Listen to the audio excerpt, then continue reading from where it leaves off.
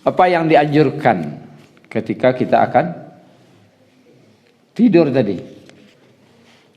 Kita lihat dalam hadis riwayat Bukhari Muslim yang diriwayatkan dari Bara' bin Azib radhiyallahu anhuma qala, bahwasanya Rasulullah sallallahu alaihi wasallam bersabda, "Idza ataita madja'aka fatawadda wudu'aka lis-shalah."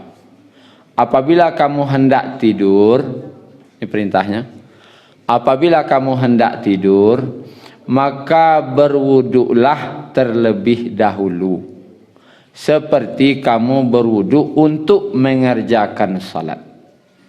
Itu adab tidur. Tidak langsung rabah aja dah, ya. Tapi wuduk dulu. Pergi kamar mandi wuduk. Kalau kita sudah batal wuduk, kalau masih ada wuduk gimana? Boleh langsung tidur. Jadi diperintahkan di sini adalah berwuduklah kamu sebelum tidur. Apabila kamu hendak tidur, maka berwuduklah terlebih dahulu seperti berwuduk akan salat. Kemudian juga disebutkan dalam hadis Bukhari Muslim bahwasanya Nabi SAW mengibas-ngibaskan kain ke tempat tidurnya. Jadi ambil kain, kok kain saruang, kok salimui. Jadi tempat kita tidur itu agar dikibaskan dulu, karena kamu tidak tahu apa yang ada di situ, kata Nabi. Maksudnya apa? Mungkin kok ada samui, kok kalau situ lah tempi samui, atau yang lain-lain makhluk yang ada di situ. Kita bersihkan dulu, dikibas-kibaskan dulu.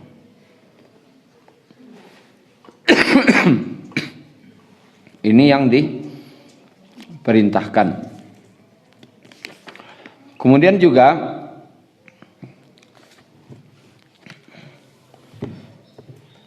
dalam hadis Bukhari ya, dari Abu Dzar bahwasanya apabila Rasulullah hendak tidur, beliau membaca ayat baca Nabi, Bismika Allahumma ahya wa amut.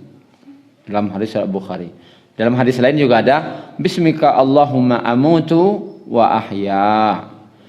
Begitu juga dalam hadis Ahmad ada juga Bismika Allahumma ahya wa bismika amut.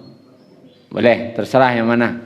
Tapi yang jelas doa mau tidurnya itu Bismika Allahumma ahya wa amut, atau Bismika Allahumma amutu wa ahya, atau Bismika Allahumma ahya wa bismika amut. Artinya jangan lupa baca doa.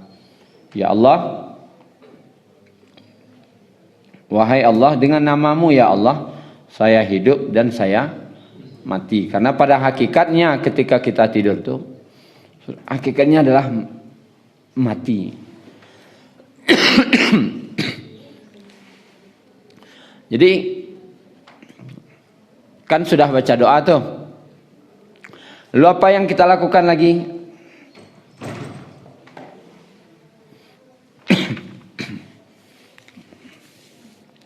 Dari Aisyah radhiyallahu anha bahwasanya apabila Rasulullah mendatangi tempat tidur, maka nafasa fi yadayhi, maka beliau meniup kedua telapak tangannya. Di belah letak gini. Lalu beliau tiup.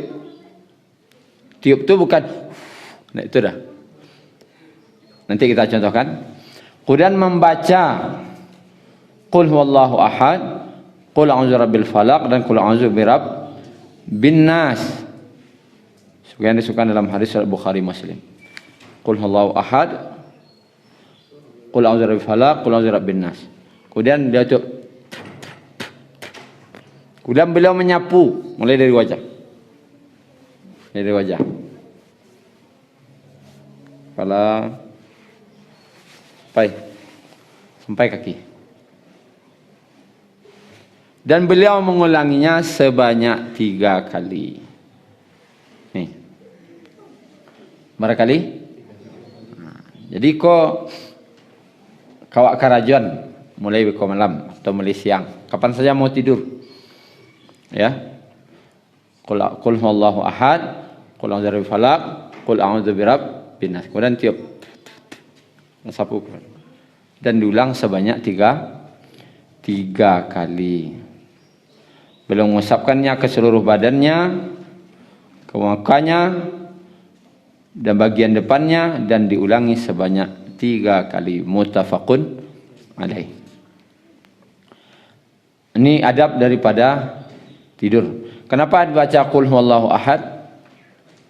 Karena qul huwallahu ahad ini sepertiga Al-Quran. Kalau lah 3 kali orang baca, bantu Allah khatam membaca Quran dapat pahalanya. Kan kadang perlu 3 kali qul huwallahu ahadnya dapat pahala seperti sudah mengkhatamkan Quran. Kalau baca qul a'udzu birabbil falaq, untungnya qul a'udzu birabbil falaq itu minta perlindungan kepada Allah min syarri ma khalaq, dari kejahatan makhluk ciptaannya, dari seluruh kejahatan. Tapi kejahatan apa? Yang lahiriah, kejahatan yang tampak. Min syarri ghasiqin idza waqab, dari kejahatan malam apabila telah sunyi. Kejahatan orang bila melakukan biasa malam, kebanyakan malam. Min syarri nafatsati fil 'uqad, dari kejahatan wanita-wanita tukang sihir yang meniup pada buhul-buhul. Kejahatan sihir. Wa min syarri hasidin idza hasad, kejahatan orang yang dengki apabila dia dengki. Jadi seluruh kejahatan dari luar ditolak. Jadi ketika baca itu apa ibu? Itu ada nurnya tuh, sehingga bentuk benteng. Jadi bukan jimat, enggak dibuat karate latuan dalam sakuih, bukan itu. Kalau ingin penangka kejahatan, penangka sihir, qul a'udzu birabbil falaq, baca mau tidur sapukan ke badan. Pelet kok namanya kok santet, enggak akan mangkuih-mangkuih dah. Bacalah, tak akan mangkus seluruh daripada sihir-sihir. Kemudian qul a'udzu birabbin nas apa? Yang kita, kalau al-falaq, kita berlindung dari kejahatan yang datang dari luar. Dan an-nas, kejahatan dari dalam. Min syarril waswasil khannas, dari kejahatan waswas, bisikan-bisikan buruk dari khannas, setan yang bersembunyi. Bedanya kata ulama, kalau kejahatan dari luar cukup mengucapkan berlindungnya sekali. Qul a'udzu birabbil falaq. Katakan, hai Muhammad, aku berlindung kepada Rabb yang memiliki waktu subuh. Sekali minta perlindungan, pilih langsung. Min syarri ma khalaq, dari kejahatan makhluknya. Min syarri ghasiqin idza waqab, dari malam apabila telah gelap gulita. Wa min syarrin nafatsati fil 'uqad, dari kejahatan tukang sihir. Wa min syarri hasidin idza hasad, dari kejahatan orang-orang yang dengki. Perlindungannya minta sekali, tapi nanti minta empek perlindungan. Mintanya sekali tapi dia empek. Berbeda dengan an-nas. Qul a'udzu bin nas, minta perlindungan daripada Rabbnya manusia. Malikin nas, dari rajanya manusia. Ilahin nas, dari sembahannya manusia, ilahnya manusia. Min syarril waswasil khannas, dari kejahatan bisikan-bisikan setan yang bersembunyi. Minta perlindungannya 3 kali, tapi yang diminta itu cieknya. Berarti mana yang bahaya? Bisikan luar atau bisikan dalam? Yang bahaya itu dari dalam. Itu mah 3 kali baca permintaan perlindungannya untuk 6 sekali yang akan diminta perlindungan. Bisikan dari dalam. Karena malam tu banyak penganadinya. Banyak agak-agak dinya kegelisahan dan semacamnya. Mata ndak mau lalok. Bahkan ada kejadian patangku apa? Istilahnya susah tidur tu. Insomnia. Ndak mau mata lalok. Itu salah satu dari bentuk was-was. kegelisahan-kegelisahan. Apa cara menghilangkan was-was tadi itu? Bacalah surah An-Nas sebanyak 3 kali kalalo.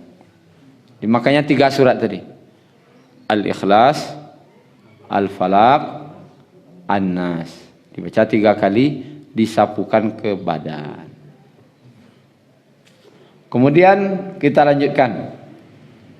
Juga dalam hadis riwayat Bukhari dan Muslim, perkataan Nabi kepada Fatimah. Apa kata Nabi? Idza awaituma ila firashikuma. Nabi berkata kepada Ali dan Fatimah, apabila kamu hendak tidur dan kamu sudah berada di tempat tidurmu, kemudian apa disuruh oleh Nabi? Fakabbara salasan wa salasin. Bacalah takbir 33 kali. Wasabbihan salasan wa salasin. Dan bertasbih 33 kali. Wahmada salasan wa salasin. Dan pujilah Allah sebanyak 33 kali. Artinya apa? Baca subhanallah 33 kali. Alhamdulillah 33 kali. Allahu Akbar dalam hadis lainnya ada 34 kali. Pas 100 kali. 33 tambah 34 berarti. Jadi gimana? Pas mau tidur bismika, pas mau tidur wuduk dulu. Kan gitu. Pas setelah wuduk kibaskan tempat tidur. Di mana kalau kibaskan. Kemudian ambil posisi. Apa baca bismika Allahumma ahya wa amut. Kemudian apa baca? Qul huwallahu ahad, qul a'udzu birabbil falaq, qul a'udzu birabbin nas, istilahnya mandi ayat. Kita lakukan mandi ayat. Untuk minta segala perlindungan pada Allah. Setelah baca Ikhlas, Al-Falaq, An-Nas, kita berbaring. Pas berbaring tadi baca menjalang takaluk. Subhanallah, subhanallah, subhanallah. Kadang 10 kali itu. Alah painya tu. Untung-untung lagi sampai alhamdulillah sampai Allahu Akbar kan. Tapi kadang kalau latakan tuak bana tu angka dibaca oleh 3 kali barulah lalunya kan. Tapi apa untungnya? Tentu cari untungnya. Orang yang berzikir ketika dia akan tidur, maka dia dihitung berzikir sampai bangun. Apa untungnya tu? 3 kali baru baca subhanallah, subhanallah, subhanallah. Nah, lainlah kan. Berapa jam lalu? 3 jam. Misalnya, atau 4 jam tidurnya. Masih dianggapnya berzikir selama 3 jam atau 4 jam. Kini wak surah, bapak-bapak, ibu-ibu zikir 3 jam. Aduh, ketalok dah. Aduh, kamu lo lama gua. Anda ngapa pengajian saya tak tahu awak. Apa le awak? Berzikir lo disuruh. Tambah tenang lah, hati tenang kan. Ala bi dzikrillah tatmainnul qulub. Hanya dengan berzikir hati itu tenang. Memang tenang hati itu kalau zikir. Menonton bakon tagang matuaknya. Karena bukan membawa ketenangan. Tapi bagi zikir bakok kandu sama tu. Karena memang membawa ketenangan. Tenang kepala, tenang hati itu enggak terlalu oleh kan. Dianggap berzikir selama itu. Syukur. Dibaca tasbih, tahmid dan takbir. 3, 4. Kemudian apa lagi adab tidurnya? Membaca surat sampai pendek lo. Panjang tambah takalok lo. Apa? Ayat kursi. Ayat kursi ini apa tujuannya? Barang siapa yang baca ayat kursi sebelum tidur, maka Allah akan menjaganya dengan mengirim malaikat sampai dia bangun. Tuh. Sampainya bangun. Dia awak kadang acak tersintak lalu kan. Karena ada nama gaduh. Ada nama gaduh. Bacalah ayat kursi sebelum tidur. Ketenangan datang. Karena ketika tidur itu setan datang membisikkan mimpi-mimpi yang buruk. Datang setan. Maka ketika baca ayat kursi, Allah kirim seorang malaikat untuk menjaga. Setiap ada ialah hirasah awak lah. Setiap awak ada yang setan yang akan mendekati kita, maka malaikat ku yang mengusir. Karena awak lalu kan tak bisa menolak siapapun. Tidak bisa menolak siapapun. Datang orang bawa ladang kan tak bisa melawan. Lalu mah. Tapi dengan baca ayat kursi Allah jaga awak. Kemudian tambahan lagi, kau nampaknya panjang leh. Nabi SAW dalam hadis Bukhari, bila tidak akan beranjak tidur, kau ndak kapai lalu maksudnya. Artinya masih duduk beliau. Beliau tidak akan beranjak ke tempat tidur sebelum beliau membaca surat As-Sajdah dan surat Tabarakalladzi biyadihil mulk. Jadi baca surat As-Sajdah, surat Al-Muluk kalalo sebelum tidur. Kemudian tambah lagi keuntungannya, barang siapa membaca surah Al-Muluk maka dia akan terbebas dari siksa kubur. Kok meninggal awak malam tu ha? Nan jaleh lah dapat voucher. Tunjukkan malaikat. Mula bebas azab kubur. Gitu. Barang siapa yang rutin membaca surat Al-Muluk sebelum tidur. Tapi kebiasaan Nabi adalah As-Sajdah dan Al-Muluk. Kemudian ada lagi. Jadi kita ulang balik adab tidur tu. Pertama berwudu. Setelah berwudu, mengkibas-kibaskan tempat tidur. Kemudian berdoa sebelum tidur. Bismika Allahumma ahya. Kemudian membaca 3 qul, mandi ayat. Sahih mandi ayat. Kemudian kalimah berzikir, tasbih, tahmid dan takbir sebelum tidur. Kemudian baca ayat kursi. Kemudian kalau ingin high kelasnya, baca As-Sajdah dan Al-Muluk sebelum kita tidur. Kemudian juga disebutkan juga dalam hadis riwayat Tirmizi bahwasanya Nabi tidur miring ke kanan. Nabi kana idza arada ayyar qadu wada'a yadahul yumna. Nabi SAW meletakkan tangan kanannya di pipinya.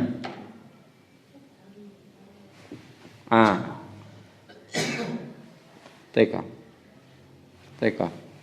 Pokoknya tangan kanan di pipi. Artinya ini menunjukkan beliau miringnya ke kanan. Jangan miring tidur menghimpit sisi kiri. Dan secara kesehatannya memang benar.